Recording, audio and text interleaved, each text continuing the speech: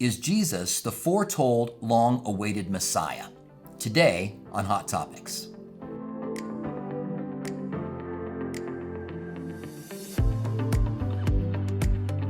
Hi, this is Robert Furrow, and this is Hot Topics. If you're new here, consider hitting the subscribe button and make sure to ring the bell that you can get all of our new content. The word Messiah literally means anointed, and the word Christ, which is Greek, means anointed as well. So when we say Jesus Christ, we are saying Jesus the Messiah.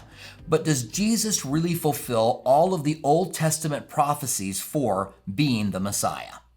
Messiah literally means to be anointed, and in the Old Testament, there were three different kinds of people who were anointed. They anointed kings, they anointed priests, and they anointed prophets. Interesting, there was never a king who was also a priest who was also a prophet, but Jesus himself is the King of Kings, the Lord of Lords. He is a prophet, and he is a priest. He's a high priest according to the order of Melchizedek, and he gave his sacrifice, his body as a sacrifice for us. He literally is the anointed one, anointed as king, anointed as prophet, and anointed as priest. The Bible is full of prophecies about the coming one who would save mankind.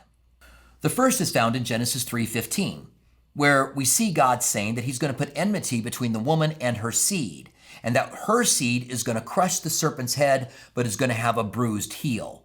And here we see the destruction of Satan at the cross. Eventually, he would rise from the dead and have complete, total victory over the serpent. Next, we find a promise in Genesis 22:18, given to Abraham, that he would make his descendants like the sand of the sea, but one of his descendants would bless all nations. In fact, this is the reason that God raised up the nation of Israel, so that there could come one out of Israel who would bless the entire world. Then in Genesis 49:10, one of Jacob's son, a son by the name of Judah, is told that the scepter would not depart from him, and that a ruler would arise out of him. This is the promise that the Messiah would be of the tribe of Judah. And of course, Jesus fulfills that by being from the tribe of Judah. One of the first kings in Judah was David. And at first, David looks great, but he ends up failing. He's been bitten by sin as well. And it's promised to him that the Messiah will sit on his throne. And then over and over again in the Old Testament, we're told that the Messiah would sit on the throne of David. So the Messiah literally had to be a descendant of David. We're told in many other places that the Messiah would come and establish a kingdom, and of its reign there would be no end. And here we see the first and second comings of Jesus Christ. The first one to suffer and to save humanity from sin, and the second one to establish his kingdom and bring us into eternity. At least 3 times in the New Testament, Jesus claimed to be a Messiah. The first one was to a Samaritan woman, and it's significant that she was a Samaritan. She had said that when the Messiah comes, he will restore all things. And Jesus said, "I who speak to you am he." What an amazing thing that he chose that setting to reveal the very first time to anyone that he was the Messiah. The second is when Jesus asked his disciples, "Who do men say that I am?" They said, "Well, some say you're John the Baptist, some say you're Elijah, some say you're one of the prophets." And Jesus said, "Who do you say that I am?" And Peter said, "You are the Messiah, the Son of the living God."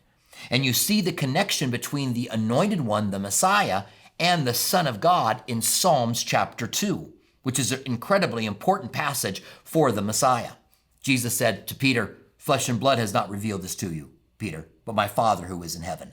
In other words, God revealed it supernaturally to Peter that he indeed was the Messiah, and Jesus admitted it. Another person Jesus revealed that he was the Son of God to, and again, the connection between the anointed one and the Son of God is Psalms chapter 2, was the man born blind that Jesus had healed. And when he had found him, when he had been excommunicated, Jesus told him that he was indeed the Son of God.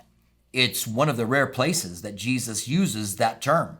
He answers people, "Yes, I am the Son of God," but most often Jesus refers to himself as the Son of Man, which is a claim of deity as well.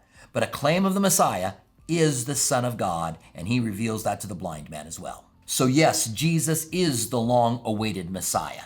And just these handful of prophecies that we covered today are a small part of a lot more throughout the Old Testament that Jesus had to fulfill in order to be able to be that Messiah who would save mankind.